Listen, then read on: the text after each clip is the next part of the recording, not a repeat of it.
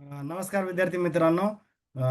या सेशनमध्ये आपण टिकी मधलं दुसरं जे पार्ट आहे ते आपण इथं कव्हर करणार आहोत. तर जे विद्यार्थी मित्र माझ्या चॅनलला पहिल्यांदाच व्हिजिट देत असतील, 16 ऑगस्टची एक्झाम देत असतील, तर त्या विद्यार्थ्यांना रिक्वेस्ट आहे, जर काही क्वेश्चन महत्त्वाचे वाटत असतील किंवा एक्झाम ओरिएंटेड जर काही महत्त्वाचं कामाचं मटेरियल वाटत असेल तर चॅनलला लाईक, सबस्क्राईब आणि शेअर करायला विसरू नका. तर कुठलाही टाइमपास न करता लगेच आपण सेशनला सुरुवात करू. Question number 41. आता बघा, रिकामी जागा दिली आपल्याला आणि विचारलं की is an organisation that continuously learn adapt and improve its process product and people to achieve higher quality and performance. त्याला काय आपण लर्निंग म्हणतो ना, हे सगळ्या लर्निंगच्या प्रोसेस आहे. म्हणजे त्याच्यामध्ये काही असं फारसं अवघड नाही. वाचल्यानंतर आपल्याला असं जर ऑब्जेक्टिव्ह आला तर सहज हँडल होते. म्हणजे बाबा हे लर्निंग प्रोसेस आहेत ते सगळ्या.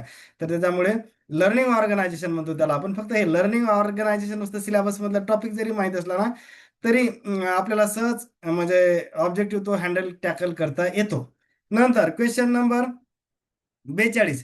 की feature of the learning organisation कोणकोणते असतात? तर कंटिन्युअस लर्निंग, कारण की नावच त्याचं लर्निंग ऑर्गनायझेशन आहे ना, त्यामुळे कंटिन्युअस लर्निंग ऑब्व्हियसली येणार. नॉलेज शेअरिंग सुद्धा येणार आणि अडॅप्टेबिलिटी म्हणजे जे काही टेक्नॉलॉजी असेल, नवीन काही चेंजेस होतील त्याच्याशी जुळून घेण्याची क्षमता, तर त्याला आपण अडॅप्टेबिलिटी म्हणतो. त्यामुळे ऑप्शन नंबर 3 हे करेक्ट उत्तर असणार आहे. Question number 43. Quality circle is also called as, काय म्हणत असतं त्याला? कायझन सर्कल सुद्धा म्हणतात. Option number weber cycle circle नाही, टेलर सर्कल नाही, कोबलर सर्कल सुद्धा नाही. तर ऑप्शन नंबर त्याचं किती? एक कायझन सर्कल असं त्याला म्हणतात. नंतर question number 44. Quality circle is a small group of people between blank space दिली आणि who do the same or similar work who met regularly to identify analyse and solve the work related problem. तर generally किती लोकांचा group असतो? 3 ते 12 जणांचा group असतो. त्याच्यामुळे 44चा ऑप्शन नंबर किती असणार आहे? 2 बरोबर असणार आहे. 3 ते 12 जणांचा ग्रुप असतो आणि ते कसं दर आठवड्याला किंवा एक स्पेसिफिक टाइमला रेग्युलर मीट घेतात आणि एखादा प्रॉब्लेम असेल तो आयडेंटिफाय करतात, त्याचा अनालायसिस करतात आणि सोल्युशन फाइंड करण्याचा प्रयत्न करतात. तर त्याला क्वालिटी सर्कल म्हणतो आपण. म्हणजे 3 ते 12 लोकांचा एक तो ग्रुप असते. नंतर बघा question of 45. Father of quality circle is. आता बघा 45चं जे आहे फादर ऑफ क्वालिटी सर्कल. आता एडवर्ड डेमिंग आपण ऐकला तर कोणत्या? टिकीयमचे फादर जर विचारलं तर आपल्याला एडवर्ड डेमिंग, आणि क्वालिटी सर्कलचं जर फादर विचारलं तर डॉक्टर कावरू इशिकावा हे त्यांचं नाव आहे. ऑप्शन नंबर 2 त्याच्यामुळे हे येणार नाही, हे सुद्धा येणार नाही. ऑप्शन नंबर 2 हे करेक्ट आहे. Doctor कावरू Ishikawa. थोडंसं नाव किचकट आहे पण असं सहज लक्षात येते. नंतरचा प्रश्न 45 झाले. Question number 46. Doctor Kaoru Ishikawa develop the Ishikawa cause and effect diagram also called आहे. त्याला कोणती? फिशबोन डायग्राम सुद्धा म्हणतात. याच्यावर प्रश्न ऑलरेडी विचारलेला आहे, जे आपल्याला म्हणजे हे 18 फेब्रुवारी 2026 ची जी एक्झाम झाली त्याच्यावर हा साधा सिंपल प्रश्न विचारलेला होता. त्याच्यामुळे फक्त इशिकावा कॉज ऑफ इफेक्ट डायग्रामला दुसरं अल्टरनेट नाव विचारलं होतं. काय म्हणतात त्याला? फिशबोन डायग्राम म्हणतात. हे बघायचं परीक्षेत. आता फिश बोन आहे तर बोन फिश फटकन क्लिक करायचं नाही. बऱ्याचदा जर तुम्ही बघितले ना आयोगाचे प्रश्न, एमपीसी राज्यसेवा असेल गट ब गट क, तर असे फसवाफसीचे शब्द असतात. त्याच्यामुळे मग मी ते क्लोज ऑप्शन दिलेले आहे. बाबा फिश बोन आहे का बोन फिश आहे, लगेच काहीतरी बोन फिशवर टिक करून मोकळं व्हायचं नाही. केअरफुली वाचायचे ऑप्शन. त्याच्या मागं ते ऑप्शन क्लोज देण्याचा उद्देश तो आहे की बाबा त्या विद्यार्थ्यांना ऑप्शन हे केअरफुली वाचले पाहिजे.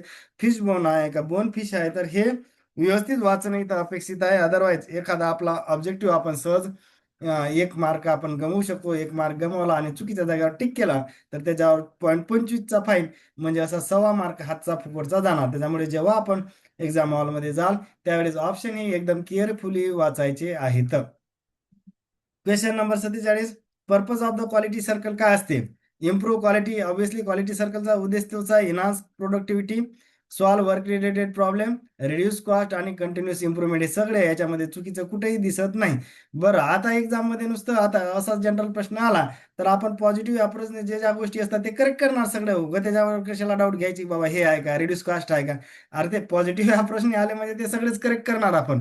उगा त्याच्यावर डाऊट घ्यायचे नाही. आता मी 5 लिहिले म्हणून 5च असतात का ते? पर्पज नाही. तर एन नंबर ऑफ पर्पज असू द्या, पॉझिटिव्ह अप्रोच आले की ते सगळे आपण करेक्ट कन्सिडर करायचं असते. PDCA cycle use in quality circle for कशासाठी असते? पीडीसीए सायकल बघा किती 48 नंबरचा आहे. तर कंटिन्युअस इम्प्रुव्हमेंटसाठी असते. कंटिन्युअस चेकिंग नाही, इम्प्रुव्हमेंट नाही. आता बघा तुम्ही म्हणाल सर इथं तुम्ही कंटिन्युअस इम्प्रुव्हमेंट, थोडंसं मी याला म्हणजे हे नाही, हे नाही आणि हे नाही. आता मी काय सांगितलं आन्सर 2 नंबरचं, मग सर इम्प्रुव्हमेंट तर उत्तर आहे, हो आहे, काही त्यात चुकीचं नाही. नंतर सर कंटिन्यू चेकिंग सुद्धा आहे, बरोबर आहे. नंतर कंटिन्युअस डिग्रेडेशनचं बरोबर उत्तर येण्याचा काही संबंध नाही, ते इरिलेव्हंट ऑप्शन म्हणून. मग तुम्ही म्हणाल सर हे ते तिन्ही बरोबर आहेत, तिन्ही बरोबर आहेत, मान्य आहे, परंतु स्पर्धा परीक्षेचा रूल काय आहे, जरी सगळे ऑप्शन आपल्याला करेक्ट वाटले तर त्याच्यामधलं मोस्ट करेक्ट किंवा मोस्ट अप्रोप्रिएट आन्सर आपल्याला टिक करायचा आहे. नाहीतर सर इथं तर खाली 3 नंबरले तुम्ही इम्प्रुव्हमेंट लिहिलं, वर कंटिन्युअस इम्प्रुव्हमेंट लिहिलं, मग हे कसं काय? तर साधा रूल आहे की सगळे जरी ऑप्शन आपल्याला करेक्ट दिसत असले तरी त्याला एकदम मोस्ट सुटेबल आन्सर हे आपल्याला टिक करायचं असते. नाहीतर उगाच इम्प्रुव्हमेंटवर करेक्ट केला आणि माझं बरोबर आहे, अरे ते तसं उत्तर बरोबर देणारच नाही आयोग. त्यामुळे सांगायचा उद्देश की काय, की किती काही ऑप्शन आपल्याला करेक्ट वाटले असते तरी त्या ऑप्शन मधला मोस्ट अप्रोप्रिएट किंवा मोस्ट करेक्ट ऑप्शन आपण टिक करणं अपेक्षित असते. Question number 49, what is the full form of PDCA? Plan do check. आणि बघा आता कसं आहे, ऍक्शन आहे का नाही, ऍक्टिंग आहे का नाही, ऑटोमेशन आहे का, हे सुद्धा नाही, मग काय प्लॅन डू चेक आणि ऍक्ट असा त्याचा करेक्ट फुल फॉर्म आहे. ऑप्शन नंबर 4 हे करेक्ट उत्तर असणार आहे. किती झाले आपले प्रश्न? 49. आता क्वेश्चन नंबर 50 बघा. 7QC tool also called as, त्याला काय म्हणत असतात 7QC टूल? तर त्याला 7 क्वालिटी सर्कल टूल सुद्धा म्हणतात. म्हणजे 7QC टूल येऊ द्या, 7 क्वालिटी सर्कल टूल येऊ द्या, एकच आहे. Option number 50 option number 1. Question number 51 बघू. 7QC टूल प्रपोज बाय कोण केलेलं आहे? तर 51 नंबरचा डॉक्टर कावरू इशिकावा यांनीच हे प्रपोज केलेलं आहे, ज्याला आपण फादर ऑफ क्वालिटी सर्कल असं म्हटलेलं आहे. तर ऑप्शन नंबर 2 हे करेक्ट असणार आहे. Question number 52, purpose of the quality circle tool. काय काय पर्पज आहेत बघा. Use to analyse problem systematically, बरोबर, काही चुकीचं वाटते का? अजिबात नाही. इम्प्रूव्ह प्रोसेस, बरोबर. इन्शुअर द बेटर क्वालिटी, हे सुद्धा बरोबर आहे. ऑप्शन नंबर 4 कुठेही चुकीचं वाटत नाही. ऑप्शन नंबर 4 हे करेक्ट उत्तर असणार आहे. नंतर क्वेश्चन नंबर 53, QC टूल और क्वालिटी सर्कल टूल्स आर, कोणकोणते टूल्स आहेत? कॉज अँड इफेक्ट और इशिकावा डायग्राम और फिशबोन डायग्राम आहे का? हो. 7 टूल आहेत. हिस्टोग्राम आहे का? हो. चेक शीट आहे का? हो. कंट्रोल शीट आहे का किंवा कंट्रोल चार्ट आहे का? हो. Pareto analysis by by 1 minute, किती झाले? ABCDEF आणि 1 मिनिट. पॅरेटो अनालिसिस आहे इथं, एफ करा.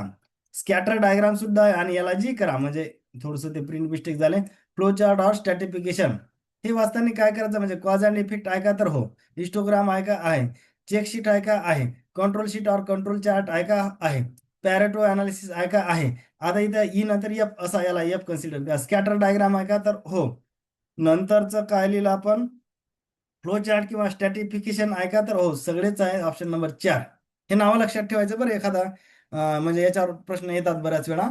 नंतर question number 54, cause and effect diagrams or fishbone diagram develop by, कोणी डेव्हलप केली ती? डॉक्टर कावरू इशिकावा यांनी डेव्हलप केली. ऑप्शन नंबर 1 हे बरोबर असणार आहे. Question number 55, use to find out the root cause of the problem called as. बघा आता, रूट कॉज म्हणजे काय? मूळ समस्या शोधणे एखाद्या प्रॉब्लेमची. बघा आता, प्रशासनात जा, कुठेही जा, जोपर्यंत आपल्याला एखाद्या प्रॉब्लेमची किंवा कुठेही साधं आपल्या व्यावहारिक जीवनात बघा, जोपर्यंत आपल्याला एखाद्या गोष्टीचा काय म्हणतात त्याला, रूट कॉज किंवा मूळ प्रॉब्लेम कळत नाही ना, तोपर्यंत त्याच्यावर काहीही करा तुम्ही, सोल्युशन निघत नसते, हे लक्षात घ्या. त्यामुळे त्याचं उत्तर आहे कॉज अँड इफेक्ट डायग्राम. म्हणजे रूट कॉज, एखाद्या समस्येचं किंवा प्रॉब्लेमचं रूट कॉज काढण्यासाठी कॉज अँड इफेक्ट डायग्रामचा वापर करतात. ऑप्शन नंबर 1 हे करेक्ट आहे. 55 झालं. क्वेश्चन नंबर 56 बघा आता. 56 मध्ये बघा, इथं काय मेन हे असं होता, मेन प्रॉब्लेम लुक लाईक. म्हणजे कॉज अँड इफेक्ट डायग्राम मध्ये मेन प्रॉब्लेम कसा दिसतो? तर बघा आता, त्याचं काय, मेन प्रॉब्लेम जे असते ना, तो त्याचा त्या फिशचं हेड, फिश बोन डायग्राम म्हटली ना, त्यातला मेन जो मूळ समस्या असते तो फिशचं हेड असं दिसते. म्हणजे आणि क्वेश्चन नंबर 57 बघा. Bones of the fish cause are, कोणकोणते असतात? मॅन असू द्या, मशीन, मेथड, मटेरियल, हे सगळे बोन. आणि फिशचं त्या हेड काय असते? तर मेन प्रॉब्लेम. आणि फिशचे बोन म्हणजे काय? मॅन असेल, मशीन असेल, मेथड असेल, मटेरियल असेल, या सगळ्या गोष्टी म्हणजे त्या फिशचं बोन. म्हणजे आपण जे लिहिलं ना कॉज अँड इफेक्ट डायग्रामलाच, काय इशिकावा डायग्राम किंवा फिश बोन डायग्राम, तर ते आहे बोन म्हणजे या गोष्टी आणि फिशचं हेड म्हणजे मेन प्रॉब्लेम असं. ऑप्शन नंबर 4 हे करेक्ट उत्तर असणार आहे. हिस्टोग्राम इज पाय चार्ट असते का नाही, सर्कल असते का नाही, तर काय असते, बार ग्राफ असते. म्हणून ऑप्शन नंबर किती आहे, सी बघायचा. ऑप्शन नंबर 3 मध्ये करेक्ट आहे. ऑप्शन नंबर 3, फक्त त्याला हिस्टोग्रामला आपण बार ग्राफ म्हणतो जनरली. बार ग्राफ आहे हे, असं आलं का, बार ग्राफ वाचताना असं वाचा त्याला, म्हणजे बार ग्राफ, चुकून ते बार ग्राम झालं. बार ग्राफ म्हणजेच histogram. Question number 59, shows the frequency distribution of the data, त्याला काय म्हणत असतो आपण, तर त्यालाच हिस्टोग्राम म्हणतो. ऑप्शन नंबर 1 हे करेक्ट आहे. Question number 60, collect and record the data in real time, त्याला काय म्हणत असतो आपण, चेकशीट. ऑप्शन नंबर 60चं एक, चेकशीट म्हणजे काय, collect and record the data in real time, तर त्याला चेकशीट म्हणायचं. Question number 61, control chart control sheet develop by, कोणी डेव्हलप केली, ही शिकावा नाही, तर वाल्टर शिवहार्ट, हे कनेक्ट शब्द आहे, असा शिवहार्ट असं वाचायचं.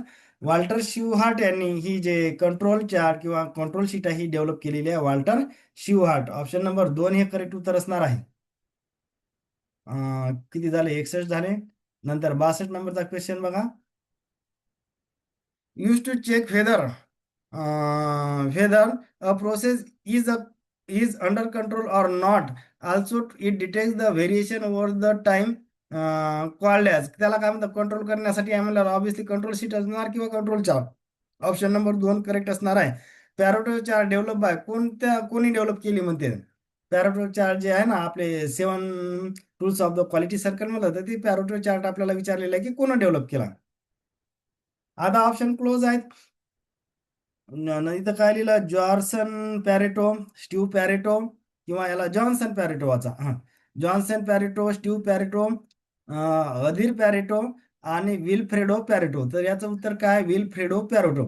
आता मी हे क्लोज नाव का दिले, तर कसं असतं की बऱ्याचदा फसवाफसी जी असते ना, मी तुम्हाला सांगितलं, तर आपण पॅरेटो वाचतो, पण बाबा त्याचं नाव एकदम केअरफुल म्हणजे केअरलेस अप्रोचने वाचतो, तर मग एकदम एमपीएससी वाले काय करतात, असंच एखादा टाकून देतात. आपण पॅरेटो चार्टर वाचतो की बाबा डेव्हलप केला, की पॅरेटोने डेव्हलप केला, पण वाचताना कधी कधी आपला केअरलेस अप्रोच असते आणि तिथंच आयोग आपल्याला पकडते आणि असं क्लोज ऑप्शन देऊन देते. मग आपल्याला समजत नाही तिथं फ्रेडो होता, स्टीव्ह पॅरेटो होता, आदिर पॅरेटो होता, जॉन्सन पॅरेटो होता, हे असं कळत नाही. त्याच्यामुळे असे नावं वगैरे किंवा इयर गियर असतील ना, तर हे थोडंसं सिरियस अप्रोचने आपण त्याच्याकडे बघणं एवढं साधं सुद्धा एक्सपेक्टेड आहे. तर ऑप्शन नंबर 1 हे इथं करेक्ट उत्तर असणार आहे. पॅरेटो प्रिन्सिपल बेस ऑन, किती 80-20च्या रूलवर बेस असते तो. ऑप्शन नंबर 4 करेक्ट आहे. As per the Pareto principle 80 problem comes from 20% cause, त्याच्यासाठीच ते पॅरेटो चार्ट आहे. म्हणजे 80% समस्या या चं मूळ कॉज किती आहे, 20% असते, असं त्याचं म्हणणं आहे. ऑप्शन नंबर 2 हे करेक्ट आहे. Scatter diagram shows the correlation between दोन व्हेरिएबल मधलं कोरिलेशन स्कॅटर डायग्राम दाखवते. ऑप्शन नंबर 66 किती असणार आहे, तर एक ऑप्शन नंबर असणार आहे. क्वेश्चन नंबर 67 बघू लगेच. हा, क्वेश्चन नंबर 67 बघा. Both the variable increase or both variable decrease then it is called as, आता दोन्ही वाढत आहेत किंवा दोन्ही कमी होत असतील तर ऑब्व्हियसली पॉझिटिव्ह असणार. ऑप्शन नंबर 1 हे करेक्ट आहे. वन व्हेरिएबल इन्क्रीज, आपण बघा ना याच्यामध्ये काय स्कॅटर डायग्राम मध्ये बघितलं की कशाचं असते, ते दोघांचं रिलेशन बघितलं ना आपण. बघा स्कॅटर डायग्राम मध्ये जो ऑब्जेक्टिव्ह बघितला होता, scatter diagram shows the correlation between दोन व्हेरिएबल मधलं कोरिलेशन आपण बघितलं की स्कॅटर डायग्राम दाखवते. मग ते व्हेरिएबल दोन्ही जर वाढत असतील तर त्याला पॉझिटिव्ह, दोन्ही जर निगेटिव्ह डायरेक्शन जात असतील तरी त्याला पॉझिटिव्ह. परंतु एक पॉझिटिव्ह एक निगेटिव्ह जात असेल तर त्याला काय म्हणायचं असतं की निगेटिव्ह. म्हणजे 68 नंबरचा जर आपण क्वेश्चन बघितला, one variable increase while another decreases called as call relation negative. परंतु जर एक लक्षात घ्या, दोन्ही निगेटिव्ह डायरेक्शन जरी जात असतील तरी त्याला पॉझिटिव्ह रिलेशन म्हणायचं आहे.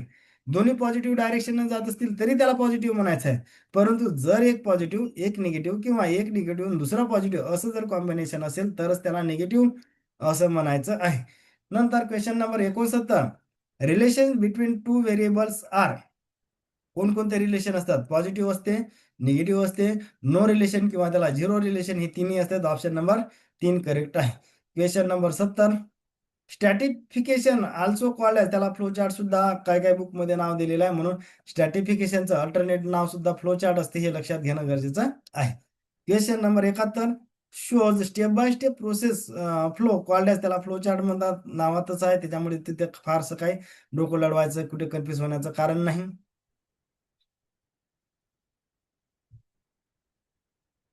Question number 72.